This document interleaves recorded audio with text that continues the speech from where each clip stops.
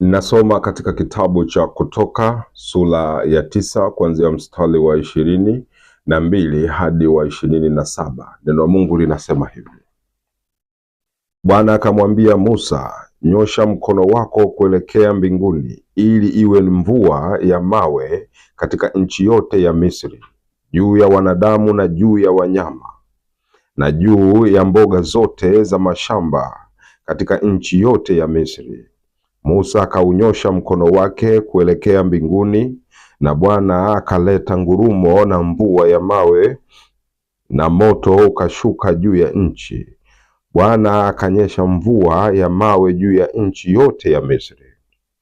Basi palikuwa na mvua ya mawe na moto ulichanganyika na ile mvua ya mawe nzito sana, ambayo mfano wake haukuwako katika nchi yote ya Misri tangu ilipoanza kuwa taifa. Na ile mvua ya mawe ikapiga kila kilichokuwako mashambani, binadamu na wanyama, katika nchi yote ya Misri.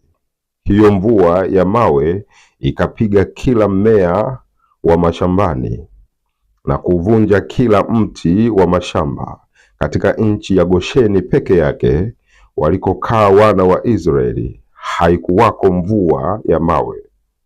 Farao akatuma watu na kuwaita Musa na Haruni na kuwaambia, mimi nimekosa wakati huu. Bwana ni mwenye haki, na mimi na watu wangu tu waovu. Neema na iwe kwako, na amani na rehema zitokazo kwa Mungu Baba yetu na kwa Bwana wetu Yesu Kristo. Amen. Leo ninataka kufundisha kwa habari ya pigo la 7. Pigo ambalo Mungu analitaja kwa mtumishi wake Musa na Haruni kwamba ni lazima lipigwe kwa mfalme wa Misri, kwa watu wa Misri. Pigo la 7 ni mvua ya mawe na moto. Mapigo haya yamekuwa mengi, lakini watu wengi wanayaelewa haya mapigo kwamba Mungu alimpiga Farao kwa mapigo mengi kama 10 hivi, likiwepo hili pigo la mvua ya mawe na moto. Lakini watu hawaelewi maana ya haya mapigo. Nini siri ya Mungu ndani yake? Nini mafumbo ya Mungu haya ndani yake kwa wanadamu wote? Watu hawaelewi, ila wanaelewa yako mapigo mengi ambayo Farao alipigwa na Mungu, lakini maana ya hayo mapigo watu hawaelewi. Mungu amewapa neema sasa kujua. Yeye mwenye masikio na asikie maneno haya ambayo Roho ayaambia mataifa, ayaambia wanadamu, mataifa yote ya dunia. Basi hili ni pigo la mvua ya mawe na moto. Siku ile Mungu anamwambia Musa, nenda kakutane na mfalme wa Misri Farao, ukutane naye ili umwambie awaachie watu wangu, awape ruhusa watu wangu wakanitumikie, awaache waende wakanitumikie. Tena anamwambia, angalia, kama ningetaka kukuangamiza, ningekuangamiza mapema sana. Anamwambia, kama ningetaka kukuangamiza wewe Farao, ningekuangamiza mapema sana. Lakini nimekufanya mimi mwenyewe uwe na moyo mgumu. Kwa nini? Kwa sababu nataka kupitia wewe nionyeshe uweza na nguvu yangu kwa dunia nzima, kwa mataifa yote. Nimekufanya uwe moyo mgumu zaidi, ili kupitia wewe wanadamu wote wajue mimi ni Mungu, hakuna Mungu mwingine. Ningekwisha kukuua, ningekwisha kukuangamiza wewe na taifa lako na watu wako wote, kwa kuwa huwezi kushindana na Mungu. Ila nimekufanya uwe hivi ili nionyeshe ulimwengu ujue mimi ndimi Mungu peke yangu. Angalia Mungu anavyosema. Kwa hiyo mapigo 10 ambayo Mungu anampiga Farao ilikuwa sio kwa Farao, bali kwa ulimwengu mzima. kwa wanadamu wote wajue. Maanake ndani ya mapigo hayo Mungu ameificha siri, anahubiri Injili kwa habari ya wokovu na uzima wa milele kwa wanadamu wote, kwa kila atakayemtii. Watu wanatakiwa kujua hivyo.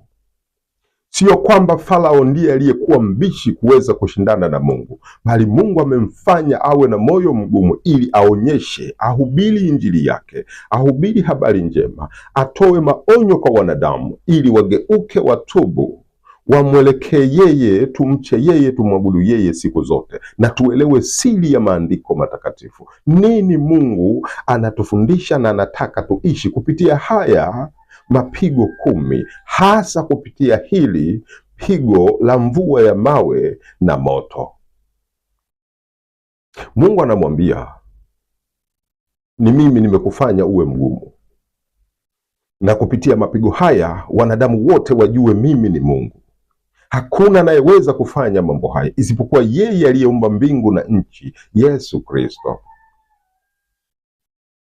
Kwa hiyo wakati huo Musa alipoenda kumwambia Farao, neno la Mungu linasema wachie watu wangu waende, na kama unakataa, tazama, nitaleta pigo hili, nitanyosha mkono wangu na mvua ya mawe itanyesha juu yako na moto ukichanganyika ndani yake. Mvua ya mawe na moto itanyesha juu yako na juu ya watu wote wa Misri. Katika nchi yote ya Misri itanyesha. Sasa uwaambie watu wako, wewe Farao, uwaambie haraka watoke mashambani, watoe vitu vyao, mali zao huko mashambani. Wanyama kama wana wanyama, kama wana watumishi, kama na watu wako mashambani, watoke huko, waingie ndani ya nyumba, maana naenda kunyesha mvua ya mawe na moto. Hubiri neno hilo. Mungu anamwambia Musa aihubiri habari hii njema kwa Farao, na Farao awajulishe watu wake kwamba liko pigo la mvua ya mawe na moto linakuja. Watu watoke mashambani, watoe na wanyama wao, mifugo yao na watumishi wao. Wasipotoka huko, wote watakufa. Kama Farao hatawajulisha watu wake kwamba liko pigo linakuja, watoke mashambani, warudi wakae ndani ya nyumba, watu hao wasipotoka, isipohubiriwa hii habari njema ya wokovu, wote watakufa, kuanzia na wanadamu mpaka wanyama, wote watakufa. Na siku zile wana wa Misri waliposikia neno hili la Mungu kutoka katika kinywa cha Musa na Haruni, basi watu wengine, watumishi wa Farao, wakaliamini hilo neno, wakalitii. Wakatoa watumishi wao huko mashambani, watu wao huko mashambani, wakawatoa na wanyama wao, wakawaingiza ndani ili kujinusuru wasife. Lakini kulikuwa na watu wengine ambao hawakuliamini wala hawakulitii hilo neno la Mungu, wakalipuzilia mbali. Wana wa Misri wakabaki huko mashambani, watu wao na watumishi wao na wanyama wao na mifugo yao, wakabaki huko. Basi wakati ule Mungu akamwambia Musa, nyosha mkono wako juu ili sasa mvua ya mawe na moto inyeshe. Musa akanyosha mkono wake juu, mvua ya mawe ikajikusanya, mvua ya mawe ikaanza kunyesha katika nchi yote ya Misri. Mvua ya mawe iliyochanganyika na moto, mvua ya mawe na moto ikanyesha katika nchi yote ya Misri. Wale watu waliobaki mashambani na ile mifugo, wanyama waliobaki mashambani hawakutii neno la Mungu, wakapigwa kwa mvua ya mawe. Wakapigwa kwa hiyo mvua ya mawe, wakafa, wakaangamizwa wote. Mimea ikapigwa kwa mvua ya mawe na moto, miti ikaangamia yote, wanyama wakaangamia wote, wanadamu wote ambao hawakutii hilo neno la Mungu wakaangamizwa wote. Lakini katika Gosheni, mahali ambapo wana wa Israeli wanaishi, hawa wacha Mungu wanaishi, hakukuwepo na mvua hiyo ya mawe na moto. ilikuwa kwa hawa ambao wasioamini. Lakini wale wana wa Misri, watumishi wa Farao, waliotii hili neno wakawa hai, ingawa hawakuwepo Gosheni, lakini wamelitii hilo neno, wakakaa ndani ya nyumba, wakawa hai, hawakuangamizwa kwa kuwa wamelitii hilo neno. Nini maana yake maneno haya? Farao anaenda kuangalia nchi yake yote imeangamizwa kwa mvua ya mawe na moto. Anatuma watu wamwite Musa na Haruni kumwambia, mimi nimekosa na Mungu ndiye mwenye haki. Mimi na watu wangu tu waovu. Ongea na Mungu atusamehe, aondoe hizi mingurumo ya radi, aondoe huu utisho. Nini maana yake? Misri yote imepigwa kwa mvua ya mawe na moto, imeangamia. Nini maana yake? Maandiko haya matakatifu ni unabii.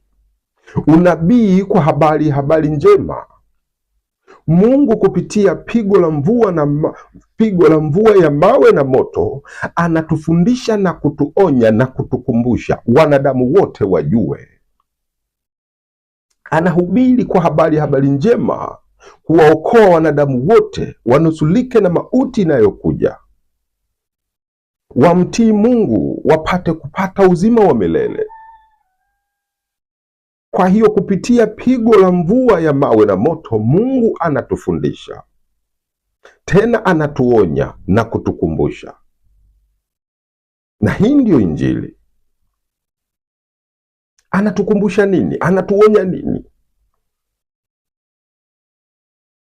Angalia, Misri inawakilisha ulimwengu, na watu wa Misri wanawashiria watu wa dunia hii, wanadamu wasiomtii Mungu.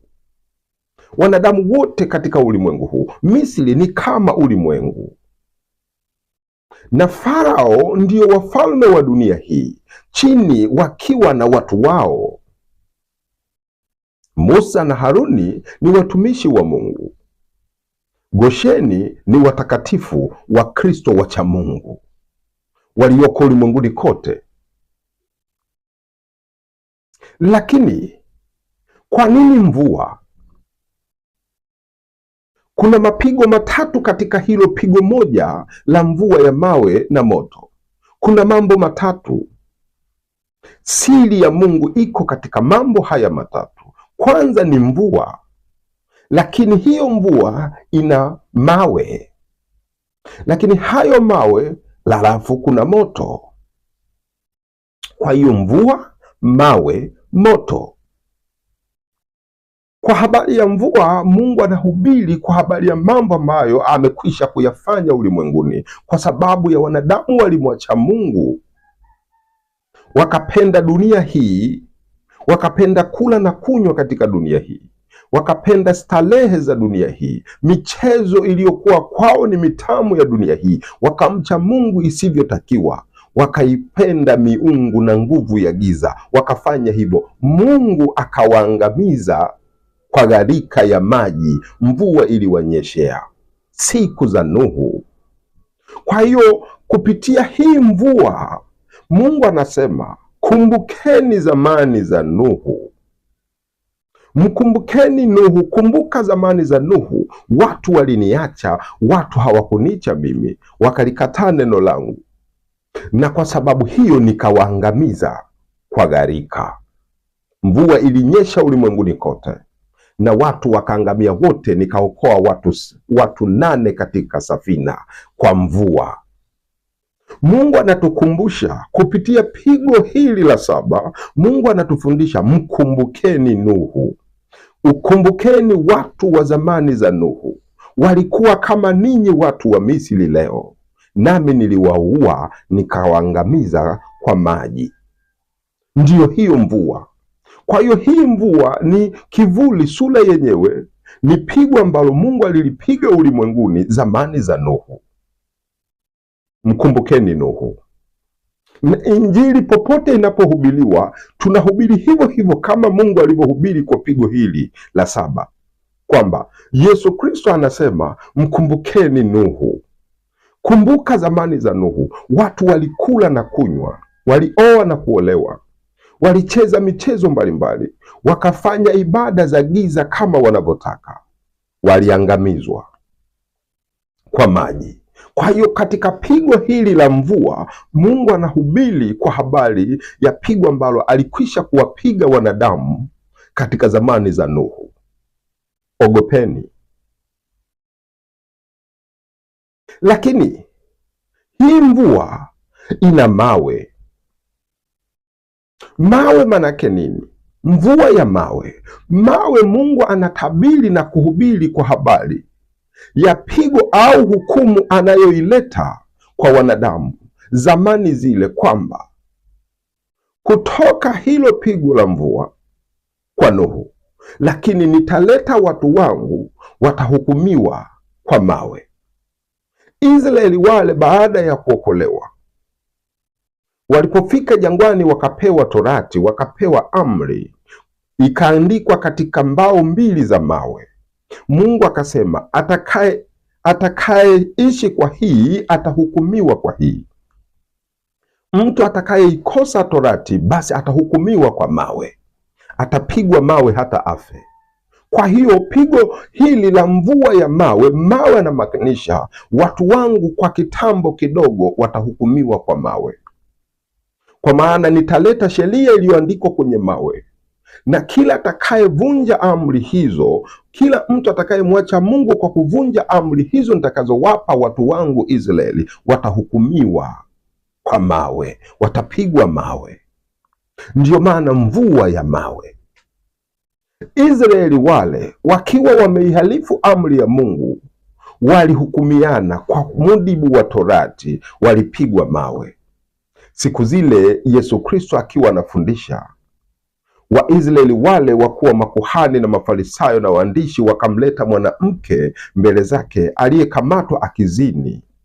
Wakamwambia, Bwana, mtu huyu amefumaniwa akiwa anadhini, na Musa ametuamuru watu kama hao katika Torati ni lazima wapigwe mawe wafe.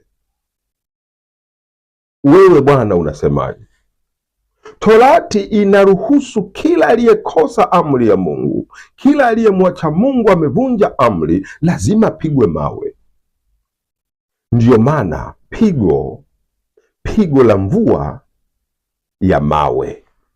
Kwa hiyo anatabiri kwa habari ya hukumu itakayowajia watu wake, kwa kila atakayevunja neno lake watahukumiwa kwa mawe. Na hivi Israeli waliishi hivyo mpaka alipokuja Yesu Kristo Bwana wetu. Kwa hiyo wakati wakimsubiri mkombozi Yesu Kristo, Israeli waliwekwa chini ya sheria, wakihukumiana kwa kupigwa mawe kwa kila aliyemwacha Mungu, aliyeacha amri ya Mungu, mpaka alipokuja Bwana wetu Yesu Kristo, walihukumiwa kwa kupigwa mawe. Lakini kuna hii mvua ya mawe na moto. Hii moto imekuwa ni la tatu. Kwanza mvua, mawe, moto, yamepangwa kwa utaratibu. Nuhu, mvua, waliangamizwa kwa mvua gharika. Moto, Israeli walipokombolewa waliwekwa chini ya sheria ambayo kila atakayevunja anahukumiwa kwa kupigwa mawe. Alafu moto, kama vile mfano wa Sodoma na Gomora, watu watahukumiwa kwa moto. Huu moto ni kivuli, sura yenyewe ni hukumu ya mwisho ambayo wanadamu wote wataipata, kwa wale ambao hawamchi Mungu, kwa wale ambao wamelikataa neno la Yesu Kristo au neno la Mungu ambaye ndiyo Yesu Kristo. Hawa watahukumiwa kwa moto.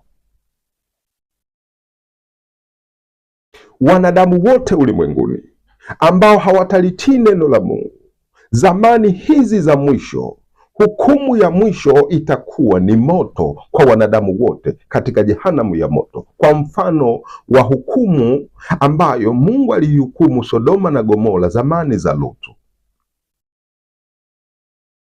Moto. Kwa hiyo dunia imewekwa akiba, imewekwa chini ya hukumu ya moto. Moto unakuja siku ya mwisho, wanadamu wote watahukumiwa. Wale ambao wanaolipokea neno la Mungu na kulitii, hawa wana uzima wa milele, hawatapigwa kwa hilo pigo la moto. Lakini wale waliolikataa neno la Mungu, wamemkataa Yesu Kristo, wameikataa imani kwa Yesu Kristo katika damu yake, hawa wamewekewa hukumu ya moto. Yesu Kristo anasema, mkumbukeni mke wa Lutu, mkumbukeni Lutu. Watu zamani zile walikuwa wanakula na kunywa, walistarehe kwa starehe zote, kwa michezo yote ya dunia. Miji iliyoendelea ikawa na tamaduni chafu za kuzimu, wakamwabudu Mungu wanavyotaka wao wenyewe, wakafuata mafundisho ya wanadamu, wakaliacha neno la Mungu lililoko kwa Ibrahimu kwa Lutu. Wakapenda ushoga, wakapenda ukahaba, uzinzi, usherati, na Mungu akamwokoa Lutu na watoto wake. Sodoma na Gomora ikapigwa moto, ikaangamia. Leo ni hivi hivi. Kwa hiyo pigo la mvua ya mawe na moto ni habari njema ambayo tunahubiriwa sisi tangu mwanzo mpaka mwisho itakavyotokea. Mkumbukeni Nuhu. Kumbuka watu dunia ile ya kwanza zamani za Nuhu. Mkumbukeni Lutu.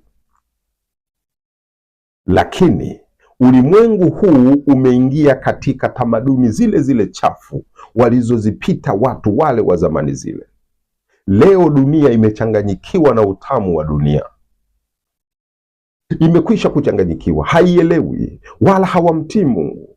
Wameipenda dunia kuliko Mungu. Wanadamu wameipenda dunia kuliko kumpenda Yesu Kristo aliyewaumba. Sasa wanahusika na mambo ya dunia, wanakula na kunywa, hawana neno la Mungu, wanaoa na kuolewa, wana michezo yote mitamu ya dunia, wanastarehe kwa kila kitu, wanafata tamaduni zao na taratibu zao, wanamcha Mungu pamoja na mizimu, pamoja na nguvu za giza. Kwa sababu wanapenda kula na kunywa, hata ibada zao wanahubiri tu kula na kunywa. Wamependa biashara, kuwa matajiri duniani. Sasa ibada zao wanahubiri tu biashara, uchumi, wanahubiri fedha na mali, kwa sababu wanapenda utajiri duniani. Wameacha neno la Mungu. Wanapenda kuoa na kuolewa. Sasa ibada zao wanahubiri tu, wanahubiriana kuoa na kuolewa. Wanasema hiyo ndiyo injili ya Yesu Kristo. Wanaipenda nguvu ya giza, wanapenda uchawi, uganga. Sasa maibada zao wanafanya kwa nguvu za giza. Watumishi wenyewe ni kama waganga, wachawi, ndio wanahubiri katika makanisa yao. Wamelewa michezo mitamu ya dunia, inaitwa michezo inayoheshimika, kuanzia na watawala mpaka watumishi wao. Inaheshimika hiyo michezo, inawaweka watu bize, hawamkumbuki tena Mungu. Wanafuatilia ratiba zote za michezo yao ya dunia, jinsi ilivyokuwa mitamu, wala hawamkumbuki Mungu tena. Sasa hata makanisani kwao wanahubiri kwa habari ya michezo ya dunia, hata wanaongea kwa habari ya lugha ya michezo ya dunia. Ni hatari kubwa. Dunia imelewa. Michezo ina nguvu kubwa kuliko hata neno la Mungu ndani ya mioyo yao. Toka mtoto mpaka mkubwa amejaa michezo ya dunia, amekuwa huyo Mungu wao.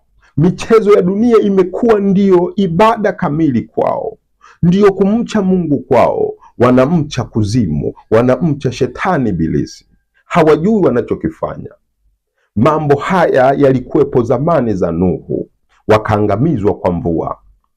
Mambo haya yalikuwepo zamani za Lutu, wakaangamizwa kwa moto, ukawekwa kuwa mfano, ndio hukumu itakayowapata wanadamu wote siku ya mwisho.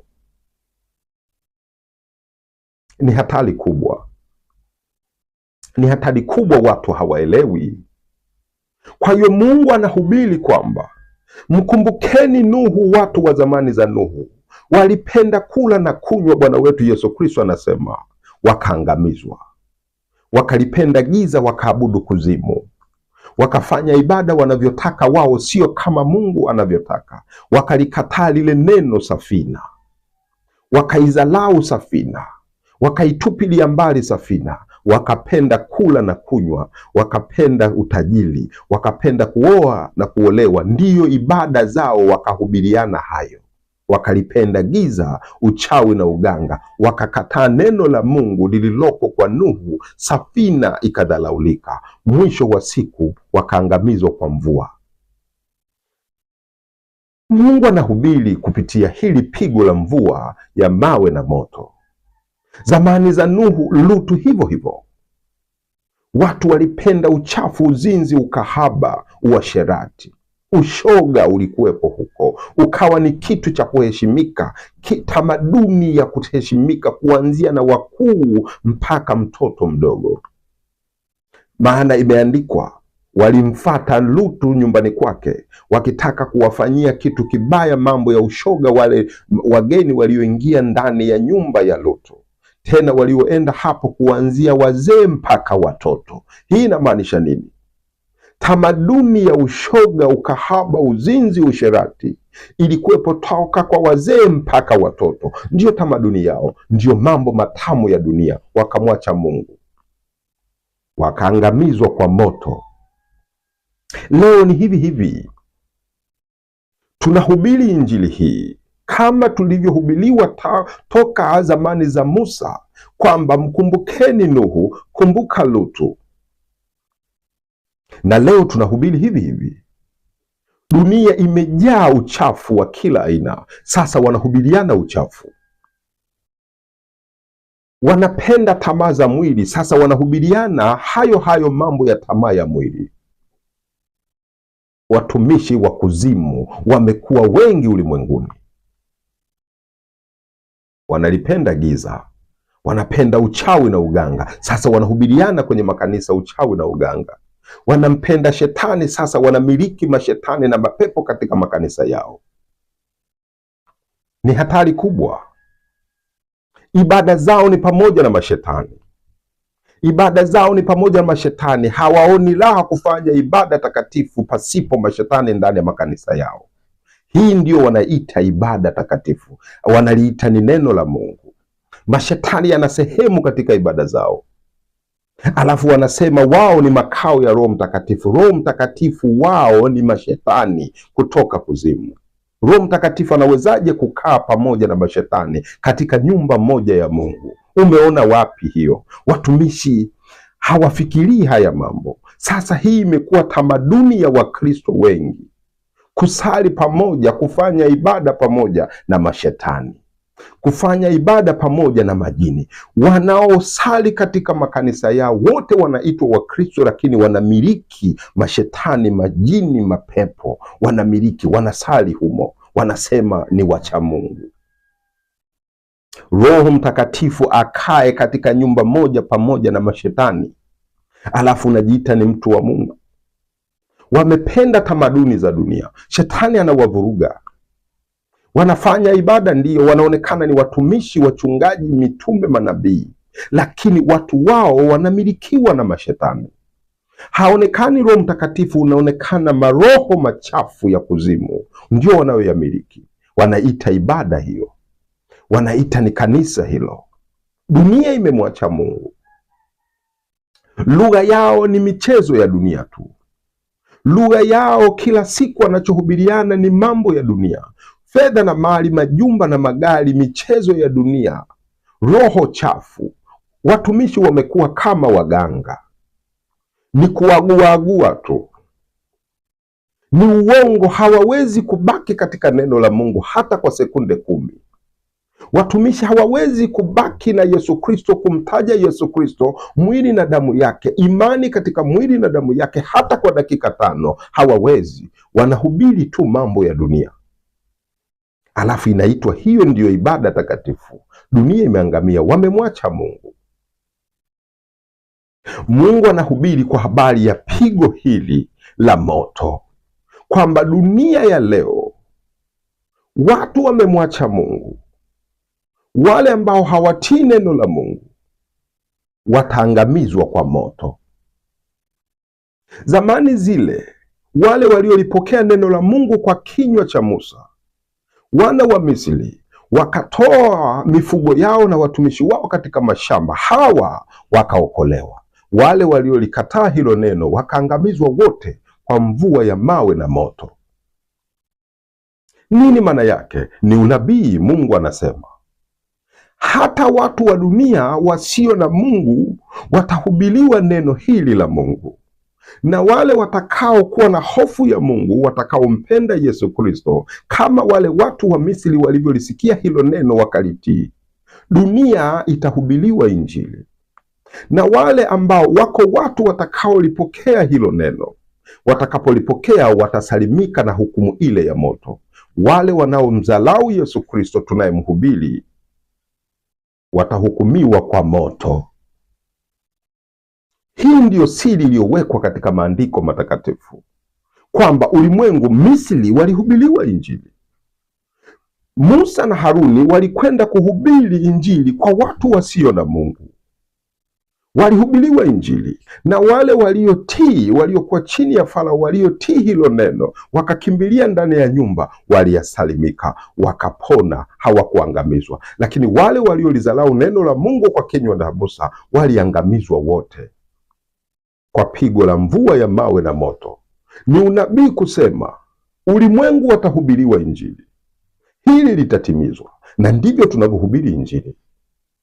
Ulimwengu wote watahubiriwa Injili, watamsikia Yesu Kristo anahubiriwa, na wako watu watakaookolewa,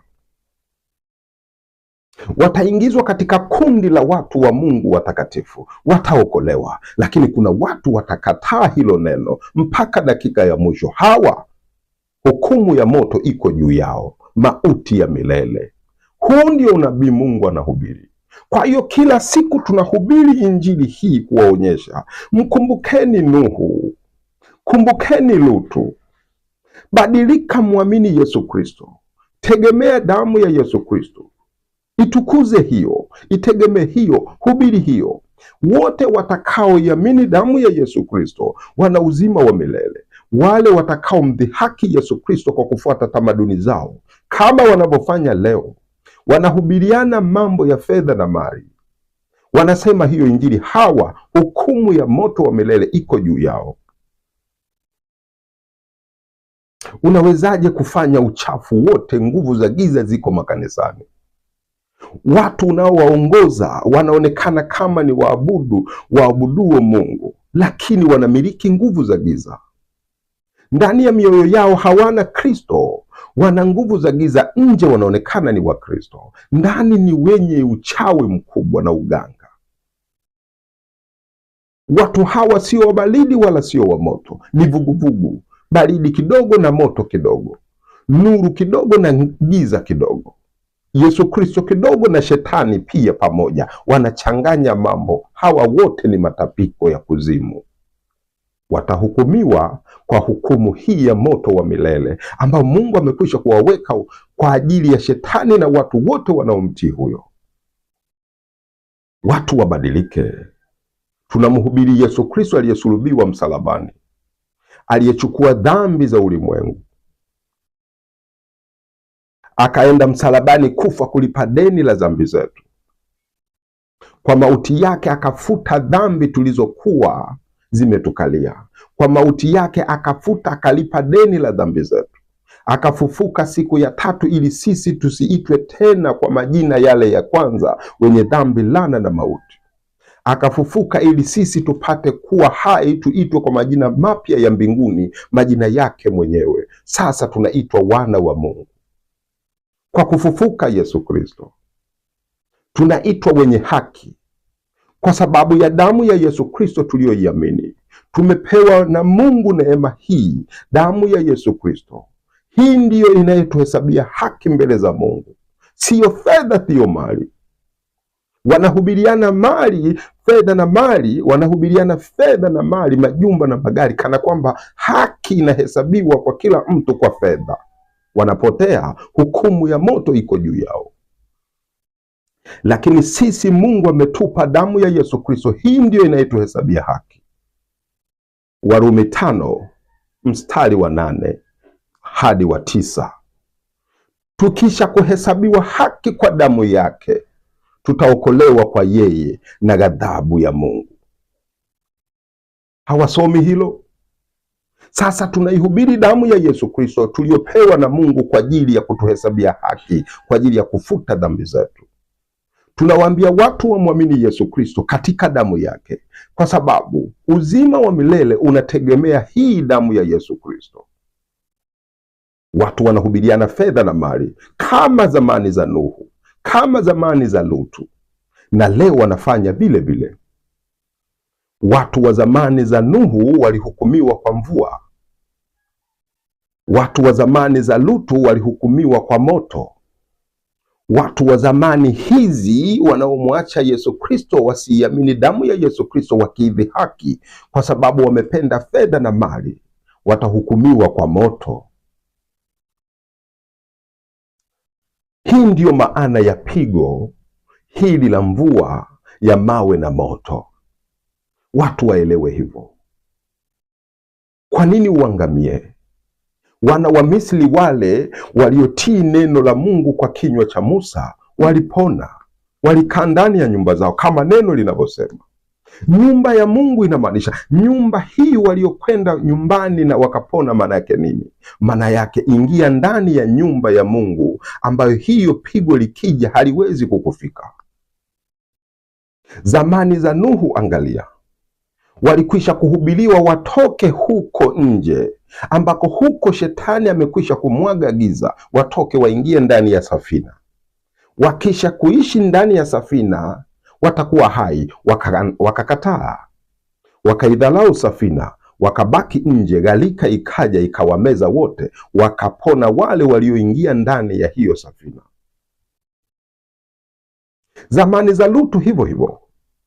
Lutu akahubiri Injili waingie ndani ya nyumba yake, kwamba hukumu ya moto inakuja kutoka kwa Mungu. Hata wale waliowaposa binti zake Lutu wakamcheka, hawakutaka kuingia ndani ya nyumba ya Lutu ambako Mungu yuko.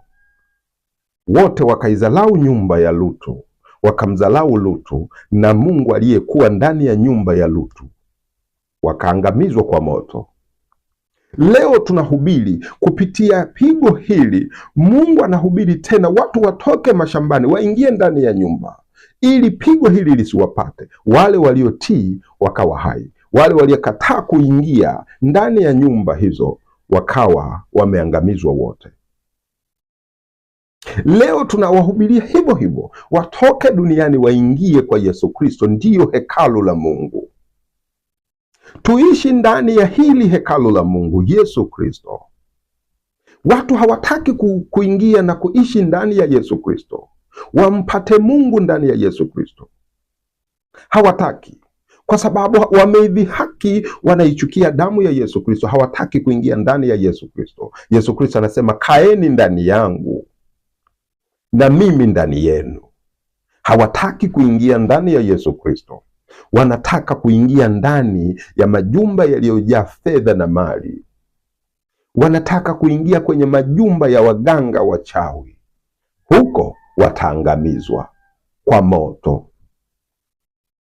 Wameiacha nyumba takatifu ya Mungu, Yesu Kristo. Yesu Kristo analia wakati wote, anasema, ingieni, kaeni ndani yangu. Hawataki. Maana yoyote anayeingia kukaa ndani ya Yesu Kristo, huyu anaitumaini damu ya Yesu Kristo na mwili wa Yesu Kristo. Hawataki. Wamewekewa hukumu ya hatari ya moto wa milele. Moto wa milele ulihubiriwa zamani za Musa kwa Farao katika pigo hili la mvua ya mawe na moto. Watu wanatakiwa kuelewa hivyo. Basi wewe mtu wa Mungu, kuwa kama wale watu walioitii safina, wakaingia ndani ya safina wakaokolewa. Uwe kama watu wale waliobaki ndani ya nyumba ya Lutu. Uwe kama watu wale ambao waliobaki ndani ya nyumba zilizokuwa zimepakwa damu ya Pasaka wakaokolewa. Kuwa kama Wamisri wale walioipokea neno la Mungu, wakarudi wakatoka huko mashambani wakaingia nyumbani wakapona. Leo wewe ingia ndani ya Yesu Kristo, kaa ndani ya Yesu Kristo. Acha nyumba zilizopambwa fedha na mali. Ondoka kwenye majumba na magari. Ondoka kwenye hayo majumba yenye uganga na uchawi. Kaa ndani ya Yesu Kristo. Itazame damu ya Yesu Kristo peke yake. Utakuwa hai na adhabu ya moto wa milele haitakuwa juu yako.